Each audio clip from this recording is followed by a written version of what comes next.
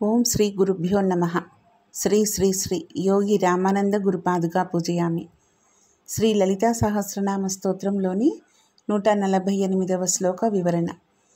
దురారాధ్య దురాధర్ష పాటలీ కుసుమ ప్రియా మహతి మేరు నిలయ మందార కుసుమ ప్రియా. ముందుగా దురారాధ్య, దుష్టులచే ఆరాధింప వీలు కానిది అమ్మ. చంచలములైన ఇంద్రియములు గల వారికి, అంటే స్థిర భావన లేనివారు, చంచల స్వభావం గలవారు ఆరాధించడానికి వీలు కానిది. స్థిర భావన అంటే పరమేశ్వరి మీద నమ్మకం లేని వారికి ఆమెను ఆరాధించడం అసాధ్యం. అందుకే శ్రీ విద్యను ఎవరికంటే వారికి ఉపదేశించరాదు. ఎవరెవరికి అంటే ఇతర మతాల వారికి, ఇతర సాంప్రదాయాల వారికి ఈ విద్యను ఉపదేశించరాదు. ఇంకా నాస్తికులకి చెప్పరాదు. నాస్తికులంటే వేదదూరులు, వేదం లేదు అని నమ్మేవారు. వీరి దృష్టిలో వేదాలు అభూత కల్పనలు. కొంతమంది స్వార్థంతో వీటిని చెప్పడం జరిగింది. వేదమే అబద్ధం అన్నవారు భగవంతుణ్ణి అస్సలు ఒప్పుకోరు కదా. వీరే చార్వాకులు, నాస్తికులు. నా అస్తి, బ్రహ్మం లేదు అనేవారు. ఇంకా శిష్యులు కాని వారికి చెప్పకూడదు. సాధకుడికి గురువు యందు నమ్మకం ఉండాలి. అతన్ని సాక్షాత్తు పరమేశ్వరుడని గుర్తించాలి. అతన్ని సేవించి విద్యను ఉపదేశం పొందాలి. ఇదే విధంగా ఇంద్రియ లోలురు, మందబుద్ధులు, చపల చిత్తులు వీరిచే ఆరాధింప వీలు కానిది. ఏ పని చేయడానికైనా ఒక అర్హత ఉండాలి. అందరూ అన్ని పనులు చేయడానికి అర్హులు కారు. ఆరాధన విషయాల్లో అర్హత మంచితనాన్ని బట్టి వస్తుంది, కానీ బలాన్ని బట్టి కాదు. అందులోనూ అమ్మవారిని ఆరాధన చేయాలంటే అంతకు పూర్వము ఎంతో పుణ్యం చేసి ఉండాలి. అలా పుణ్యం చేసుకున్న వారికే అమ్మవారిని ఆరాధించాలనే అభిలాష కలుగుతుంది. మిగిలిన దూషిత మనస్సు కలవారికి, దుష్టులకు అమ్మవారి ఆరాధనపై మనస్సు మళ్ళదు. ఆదిశంకరుల వారు సౌందర్య లహరిలో మొదటి శ్లోకంలోనే, అమ్మా నీకు నమస్కారం పెట్టడానికి కానీ, నిన్ను స్తుతించడానికి కానీ ఏ మాత్రం పుణ్యం చేయనివాడు ఏ విధంగా అర్హుడు అవుతాడమ్మా అంటే అనర్హుడు అనే భావము వస్తుందన్నమాట. దీని అర్థము అటువంటి వాడు అనర్హుడు అని. కాబట్టి అమ్మవారిని అందరూ ఆరాధించలేరు. ఆ అవకాశం అందరికీ రాదు. ఆరాధన చెయ్యాలన్నా ఎంతో పూర్వజన్మ సుకృతం ఉండాలి అని ఆదిశంకరుల అభిప్రాయం. ఈ అభిప్రాయానికి మూలం లలితా స్తోత్రంలోని ఈ దురారాధ్య నామమే అని ఇక్కడ గుర్తు చేసుకోవాలి. దూషిత మనసు కలవారిచే ఆరాధింప వీలు కానిది అని ఈ నామానికి అర్థం. తర్వాతి నామం దురాధర్ష, అంటే తిరస్కరించుటకు కానీ, ఎదుర్కొని వశపరచుటకు కానీ వీలు కానిది. ఇంతకుముందే చెప్పుకున్నట్లు చపలమైన ఇంద్రియాలు గల వారి చేత అర్చించబడదు. అల్పబుద్ధులు, మందబుద్ధులు, చపల చిత్తులచే ఆరాధించబడనిది. ఒకరిని ఎదుర్కొని వశపరుచుకోవాలంటే బలమైనా ఉండాలి, ధనమైనా ఉండాలి, లేకుంటే యుక్తి సామర్థ్యాలైనా ఉండాలి. ఈ చెప్పిన వాటిలో వేటిలోనూ అమ్మవారిని మించిన వారు ఉండరు. ఎవరు ఎదుర్కొన్నా అమ్మవారికి వాళ్ళు వశమైపోవాల్సిందే తప్ప అమ్మవారు వాళ్ళ వశం కాదు. వాళ్ళ బలపరాక్రమ, ధన, యుక్తి సామర్థ్యాలు అమ్మవారి ముందు ఎందుకు పనికిరావు. ఇంద్రియలోలురు, చపల చిత్తులు, మందబుద్ధులు అయితే అమ్మవారిని ఏమాత్రం అవగాహన చేసుకోలేరు. అమ్మవారిని దర్శించలేరు కూడా. భక్తులు, భక్తితో కూడిన జ్ఞానులే అమ్మవారిని అర్థం చేసుకొని దర్శించుకోగలరు. వారినే అమ్మవారు అనుగ్రహించి ఆదుకుంటుంది కూడా. భక్తివశ్య నామ వివరణ గురించి ఇక్కడ సమన్వయించుకోవాలి. ఎదుర్కొని వశం చేసుకొనడానికి వీలు లేనిది అని ఈ నామానికి అర్థం. తర్వాతి నామం పాటలీ కుసుమ ప్రియ. పాటలీ పుష్పములందు ప్రీతి కలది అని అర్థం వస్తుంది. ఎరుపు, తెలుపు వర్ణముల సంయోగమే పాటల వర్ణం. ఇది జపా కుసుమం, దాడిమి కుసుమం అని గతంలో చెప్పుకున్నాం. శ్రీవృక్షము, మారేడు చెట్టు, బిల్వ వృక్షము దీనికి శంకరుడు దేవుడు కాగా, పాటల వృక్షానికి దేవత పార్వతి అని చెప్పబడింది పద్మపురాణంలో. అందుచేతనే పరమేశ్వరి పాటలీ కుసుమ ప్రియ అనబడుతోంది. అమ్మవారు సృష్టి స్వరూపిణి, ప్రకృతి స్వరూపిణి కాబట్టి ప్రకృతిలో లభించే పూలన్నీ అమ్మవారికి ఇష్టమే.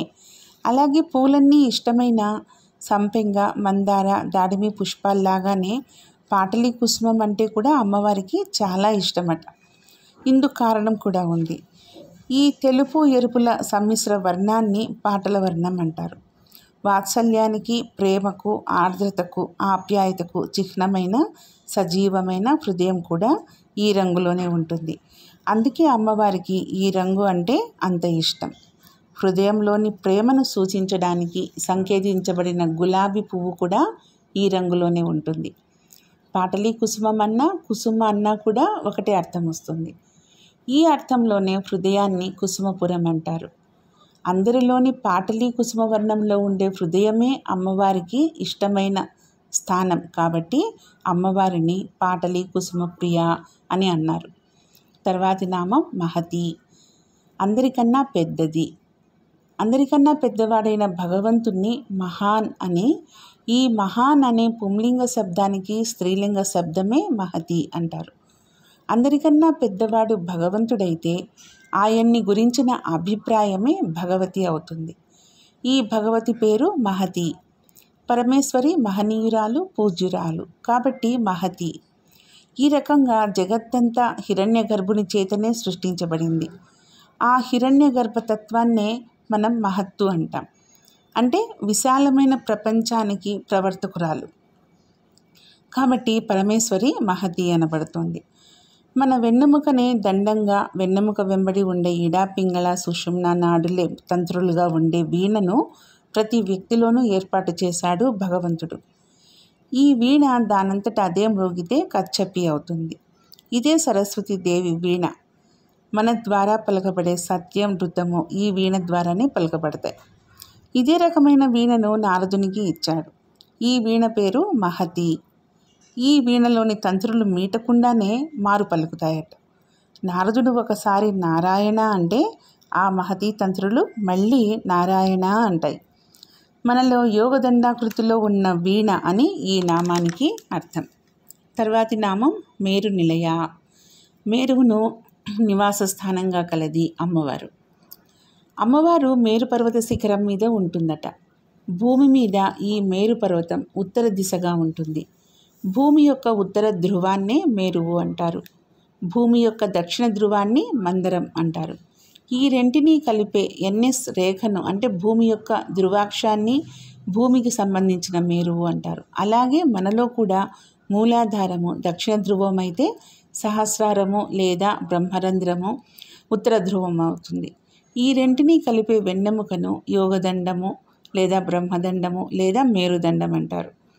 ఈ దండానికి పై కొన మేరువు, క్రింది కొన మందరం అవుతాయి. దీని గురించి ఇంకా వివరంగా చెప్పాలంటే ఇంతకుముందు చెప్పుకున్న 55వ నామం సుమేరు మధ్య శృంగస్థ అనే నామ వివరణ ఇక్కడ గుర్తు చేసుకోవాలి. అమ్మవారి మెట్టినీళ్ళు సహస్రారం కాబట్టి ఇది మేరువును సూచిస్తుంది. కాబట్టి అమ్మవారు మేరు నిలయ అయింది. ఇంకా చెప్పాలంటే మేరువు అనేది శ్రీచక్రం యొక్క రూపం. శ్రీచక్రంలోని 9వ ఆవరణలో పరమేశ్వరి ఉంటుంది కాబట్టి ఆమె మేరు నిలయ అనబడుతుంది. 9 అక్షరాలు గల మంత్రాన్ని నవావరణ మంత్రం అంటారు. ఈ 9 అక్షరాల సముదాయమే పంచదశి మహామంత్రం. ఇదే నవావరణ మంత్రం. వీటి నుంచే శ్రీచక్రం ఆవిర్భవించింది. ముందుగా లకారం పృథ్వీ బీజం, దీనివల్ల భూపురం పుట్టింది. రెండవది సకారం చంద్రబీజం, షోడశ కళాత్మకం, దీనివల్ల షోడశదళం పుట్టింది. మూడవది హకారం శివబీజం, అష్టమూర్త్యాత్మకం, దీనివల్ల అష్టదళం పుట్టింది. నాలుగవది ఈకారం మాయాబీజం, దీనివల్ల చతుర్దశారం పుట్టింది. ఐదవది ఏకారం శక్తి బీజం, దీని నుంచి దశావతారాలకు ప్రతీకగా బహుర్దశారం పుట్టింది. ఆరవది రకారం అగ్నిబీజం, దీనివల్ల అగ్ని కళలతో కూడిన అంతర్దశారం పుట్టింది. ఏడవది కకారం మన్మథ బీజం వసుకోణాత్మకం, దీనివల్ల అష్టకోణం పుట్టింది. ఎనిమిదవది అర్ధచంద్రం త్రిగుణాత్మకం, దీనివల్ల త్రికోణం పుట్టింది. తొమ్మిదవది బిందువు, ఇది పరబ్రహ్మాత్మకం, దీనివల్ల బిందువు పుట్టింది. ఇటువంటి మేరువునందు పరమేశ్వరి ఉంటుంది కాబట్టి అమ్మ మేరు నిలయ అనబడుతుంది. తర్వాతి నామము మందార కుసుమ ప్రియ. మందార పుష్పం నందు ప్రీతి కలది. మందారం కూడా పరమేశ్వరి వర్ణంలోనే ఉంటుంది. పూజకు శోభాయమానమైంది కాబట్టి ఆమెకు మందార పూల యందు మక్కువ ఎక్కువ. అమ్మవారు సృష్టిని ప్రసవించినట్లే కాబోయే కాయల్ని పిందెల రూపంలో పువ్వులు ప్రసవిస్తాయి. పువ్వుల్లో ఉండే అందం, ఆకర్షణ, సౌకుమార్యం, సువాసన, మాధుర్యం, ఒక విధమైన సౌష్ఠవ నిర్మాణం మొదలగున లక్షణాలన్నీ అమ్మవారికి ఉన్నాయి. కాబట్టి పువ్వులకు అమ్మవారికి చాలా దగ్గర సంబంధం ఉన్నట్లు తెలుసుకోవాలి. ఎర్రటి పూలు అమ్మవారికి ఇష్టమట. మందారాలంటే కల్పవృక్ష కుసుమాలు అనే అర్థం కూడా ఉంది. భూమి మీద తెల్ల జిల్లేడును కూడా మందార కుసుమాలు అంటారట. మందార పుష్పమునందు ప్రీతి కలది అని ఈ నామానికి అర్థం. ఓం శ్రీమాత్రే నమః. ఓం శ్రీ గురుభ్యో నమః.